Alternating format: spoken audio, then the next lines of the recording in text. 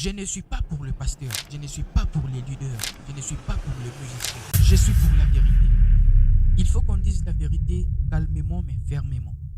Dans la musique chrétienne, il y a trop d'abus et cela ne vient pas seulement de pasteurs. Beaucoup de leaders des groupes, de chefs de département, chantres, artistes solo exploitent aussi le musicien et ceux qui les accompagnent.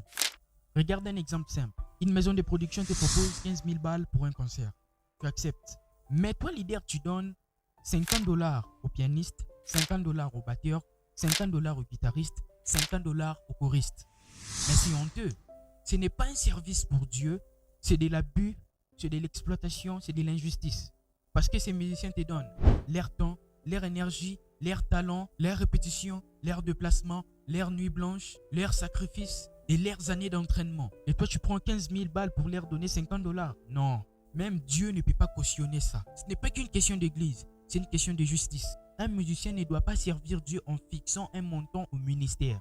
Mais un leader ne doit jamais exploiter les gens derrière lui.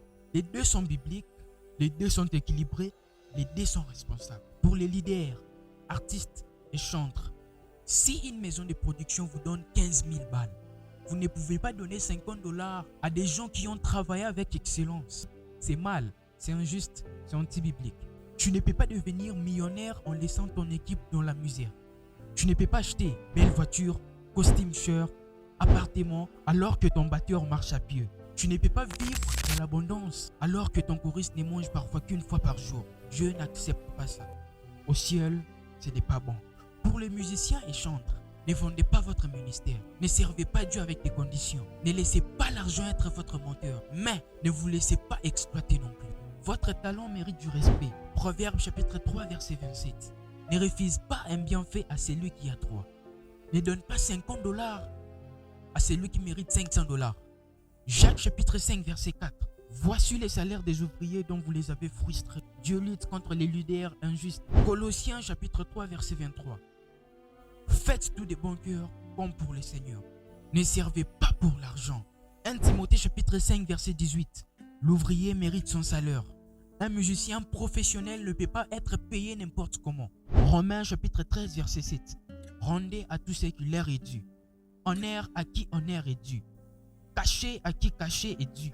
Respect à qui respect est dû. Je ne suis pas pour le pasteur. Je ne suis pas pour les leaders. Je ne suis pas pour le musicien. Je suis pour la vérité.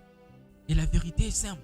Servir Dieu ne doit pas devenir un business. Mais exploiter ceux qui servent, c'est un péché. L'équilibre est la seule voie. L'injustice n'a pas de place dans le ministère. L'argent ne doit pas diriger, mais la justice doit régner. Quand chacun respecte sa place, le royaume avance avec puissance, sans blessure, sans confusion, sans exploitation. C'était Chancelier Moussan.